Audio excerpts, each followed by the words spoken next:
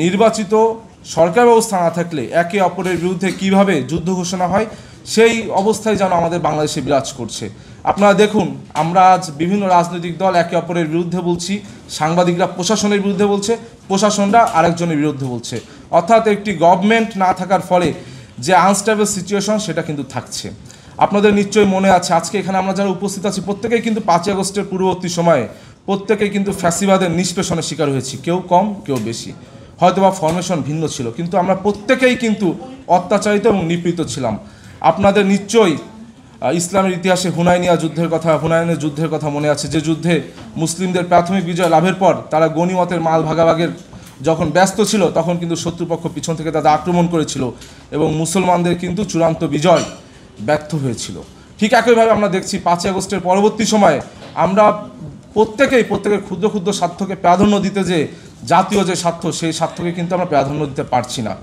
আজকে 5ই আগস্ট যে ঘটেছে, এই 5ই আগস্ট ঘটার এই যে অবস্থা, এটাকে কিন্তু আমাদের প্রতিবেশী রাষ্ট্র বা বিভিন্ন রাষ্ট্র ভালোভাবে নেয়নি, এটা আমাদেরকে মাথায় রাখতে হবে। ইতিমধ্যে আপনারা দেখেছেন পতিত ফ্যাসিস্ট কিন্তু ভারতে বসে হুঙ্কার দিয়েছে যে বাংলাদেশে কোনো নির্বাচন করতে দেওয়া হবে না এবং নির্বাচনকে তারা বয়কট করবে।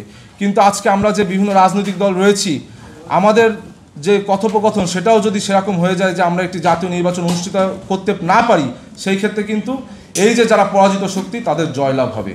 এই জন্য আমি আমাদের আজকে ঢাকা বিশ্ববিদ্যালয়ের ডাকসু যে নেতৃবৃন্দ রয়েছে এবং ঢাকা বিশ্ববিদ্যালয়ের যে শিক্ষার্থীরা রয়েছেন এবং জাতীয় অঙ্গনে বিভিন্ন রাজনৈতিক নেতৃবৃন্দ আমাদের এখানে বসে আছেন, আমরা মনে করি আমাদের প্রত্যেকের ক্ষুদ্র ক্ষুদ্র যে স্বার্থ রয়েছে সেগুলোকে প্রাধান্য না দিয়ে আমাদের বাংলাদেশের যে স্বার্থ, অর্থাৎ বাংলাদেশে একটি জনগণের সরকার প্রতিষ্ঠার মাধ্যমেই কিন্তু বাংলাদেশে আমাদের তো এখন আমরা দেখছি বিভিন্ন রাজনৈতিক দল আমরা বিভিন্ন সময় বিভিন্ন ধরনের আলোচনা তুলছি, বিভিন্ন ধরনের প্রশ্ন তুলছি, কিন্তু আমরা মনে করি এই আলোচনার তো সময় শেষ হয়ে যায়নি, সময় ফুরিয়ে যায়নি।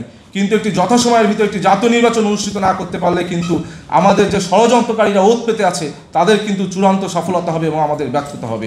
এই জন্য আমরা যখন পরিবারে ছোট থাকি, আমাদের পরিবার কিন্তু আমাদের কথা শুনতে চায় না।